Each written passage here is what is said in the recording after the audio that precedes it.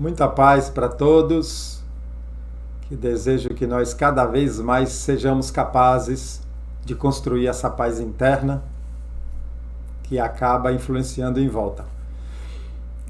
Vamos bater um papo hoje como começou o Espiritismo, mas um papo leve, sem livros e sem muitas informações técnicas. Então vamos lá. Como eu entendo, né? Primeiro que nós acreditamos que ela começou lá nos lábios de Jesus, quando ele disse que enviaria outro Consolador, né? Que ficaria com a gente para sempre e que diria as coisas que ele não poderia dizer naquela época, porque não entenderiam. Então é como se ele dissesse, olha, vou continuar o trabalho de conscientizar vocês sobre o amor. E aí, ao longo dos séculos, enviou seus auxiliares. Dentre eles, eu gosto sempre de citar Francisco de Assis, Lutero, o próprio Kardec e muitos outros que vieram também. Muitos anônimos, que o nome não ficou conhecido, mas trabalharam. E então, no momento propício, no momento adequado, conforme a espiritualidade superior, eles começaram a provocar curiosidade em nós, né? Numa comunidade já mais estudada, mais entendida das novas descobertas, né? Lá na França, e começaram a provocar fenômenos para chamar a atenção. Antes tinha acontecido nos Estados Unidos, no estado de Nova York, num lugar chamado Hydesville, eu acho que a pronúncia é essa, no caso das irmãs Fox, né? Que as irmãs brincavam com as batidas misteriosas que estava tendo na parede. E elas batiam 2 vezes, a parede batia 2. Elas batiam 3, a parede batia 3. E elas começaram a brincar com isso e a comunicar. Eu vou lhe fazer uma pergunta, você bate 1 vez para sim, 2 vezes para não. E começou a conversar com esse fenômeno. E depois descobriu-se que era um caixeiro viajante que havia sido assassinado e estava emparedado ali, né? O assassino colocou o corpo dele ali. E o espírito estava provocando, através dos fenômenos de mediunidade de efeito físico, isso.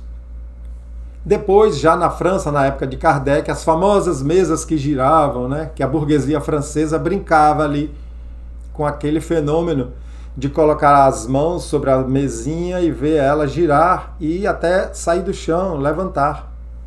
E isso se tornou um hábito na brincadeira lá na sociedade francesa, na sociedade parisiense, e que depois o estudioso, né, que chamava-se Hippolyte Léon Denisard Rivail, que depois na obra espírita assumiu o nome de Allan Kardec, para que a obra espírita não se confundisse com a sua obra intelectual. É outra história que eu também não posso me alongar. Ele foi chamado a ver esses fenômenos, né? Já que era um curioso, já que era um estudante do magnetismo, né? Era pedagogo e atento às novidades da ciência, do positivismo, né? de Auguste Comte. Então ele foi chamado. No início não foi, achou que aquilo era uma brincadeira, que era um ilusionismo, né? Como os mágicos fazem, vamos dizer assim, no circo. Eles gostam de chamar de prestidigitadores. Eu só ouvi essa palavra em toda a minha vida dentro da doutrina espírita. Mágico, ilusionista, né? Ele achava que era isso e não deu importância. Quando esse amigo voltou para dizer a ele que o fenômeno estava respondendo perguntas, né, através das batidas da perna da mesa, respondendo sim ou não, e até compondo palavras e frases, né? Uma batida letra A, 2 batidas letra B, 3 batidas letra C. E aí ativou a curiosidade dele e ele foi lá, mas ele foi com o olho do pesquisador.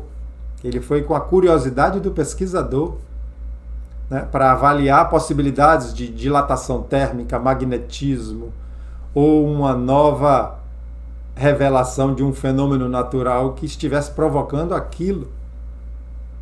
E ao estudar, ao se aprofundar naquilo, percebeu que aquele fenômeno tinha um raciocínio por detrás dele e que começou a responder coisas complexas, perguntas difíceis que os presentes ali não saberiam responder. E depois, as próprias inteligências que estavam por trás do fenômeno começou a dizer que não precisava daquele método tão rústico e começou passo a passo a sugerir métodos melhores. Teve a cestinha, que era uma cesta de palha com um lápis na ponta, em que o fenômeno de efeito físico agora fazia ela correr sobre um papel e escrever. Depois, eles próprios sugeriram que colocasse o lápis na mão do médium para escrever. E depois eles falaram que poderiam falar pela própria voz do médium. Então, eles não deram de mão beijada, chegando e dizendo, olha, somos espíritos, a gente pode escrever. Não, eles deixaram que as descobertas fossem amadurecendo, pouco a pouco, como uma criança que vai para a escola aprender a somar, a dividir, a multiplicar, a subtrair, para um dia poder desenvolver fórmulas matemáticas mais complexas. E através daí, Kardec, né, que era Hippolyte Leon, tomou consciência de que ele ia fazer um trabalho espiritual. Ele tomou consciência disso, ele foi informado que ele ia fazer um trabalho espiritual. E os espíritos de luz, os espíritos já maduros, que a gente chama evoluídos, estariam com ele, estaremos com você. E assim foi o trabalho que Kardec começou. Tem o filme que passou no cinema, eu acho que o filme é Kardec mesmo, o nome Kardec, que mostra um pedaço dessa história da labuta dele com papéis, com cartas. Ele começou a buscar centros, né? Não chamava centro espírita, né? Mas buscar reuniões mediúnicas mundo afora em outros países onde lançavam a mesma pergunta ao mesmo tempo e ele colhia todas aquelas respostas através de cartas. Imagine, cartas pelo correio. Não tinha o WhatsApp, né? Não tinha a facilidade que a gente tem hoje de comunicação. E ele começou a trabalhar em cima disso. Se você me perguntar, e o trabalho foi perfeito? Para o momento, para a cultura da época, para o entendimento da época, para a predominância do pensamento religioso da época, foi o melhor que ele pôde fazer. E ele mesmo disse que a doutrina seria progressiva e que a gente acompanhasse a ciência e que ela não morreria jamais, porque uma verdade se estabelece por si só. Não há como derrotar a verdade. Você pode sufocá-la por uns tempos. Você pode apagá-la ou sufocá-la ou proibi-la até através dos poderes instituídos por uns tempos, mas não tem como esconder a verdade. Ninguém hoje pode esconder que a Terra é redonda, que a Terra gira em torno do Sol, que os planetas giram, que as galáxias giram. Ninguém pode esconder mais isso.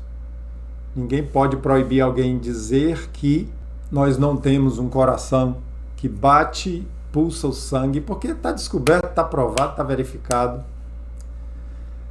A não ser que haja uma revolução no conhecimento, né? Em relação, por exemplo, aos planetas, a não ser que haja uma revolução nos conhecimentos, mas a verdade, ela é a verdade. Dizem que há verdades relativas, mas isso está se falando da forma subjetiva de entendermos a vida, de percebermos a vida.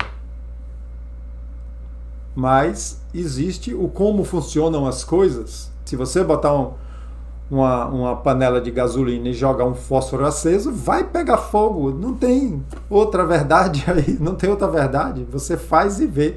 Então, que somos espíritos, que nós temos um segundo corpo, né, vamos chamar assim, o assunto também carece aprofundamento, chamado perispírito, e que é com ele que a gente vai, e que é nele que tem toda a nossa história espiritual, todas as nossos registros de sentimentos, de aprendizados, de conhecimento, e que ele é o que dá forma ao nosso corpo físico no retorno da reencarnação, né? Que a gente chama de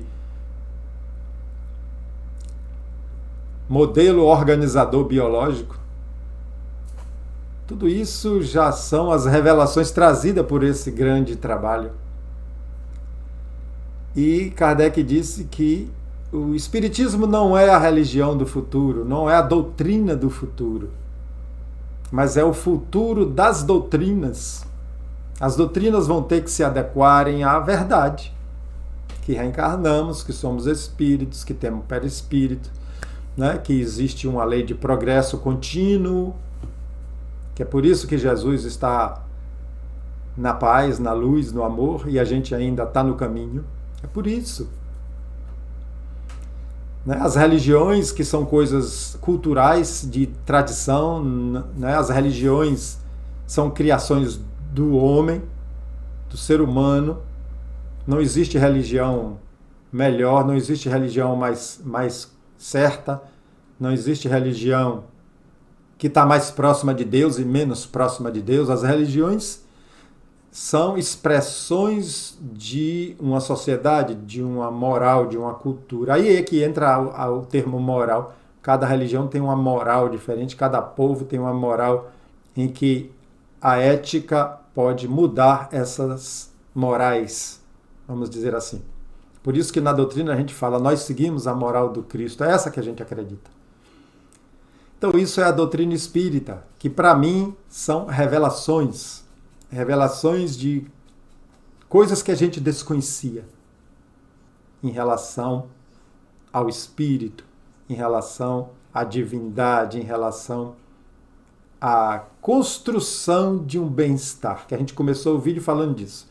A construção de um sentimento bom, sem estresse, sem depressão, sem medos. A construção de um estado interno de segurança, de fé. Não fé religiosa. Fé num sistema que vai me levar sempre para frente. Né? Um sistema divino, universal, que funciona e que explica tudo. Eu sei que o vídeo foi um pouco longo, mas vinha na ideia e eu quis ir falando, tá bom? Eu vou pedir que você se inscreva no canal, se já for inscrito, compartilhe esse ou outros vídeos com pessoas que são simpatizantes, me ajudem aí, tá bom? Jesus, esse espírito que já sabe tudo e que é a manifestação do amor, é espírito como nós, é espírito. Ele disse que qualquer um de nós pode fazer o que ele faz e até mais.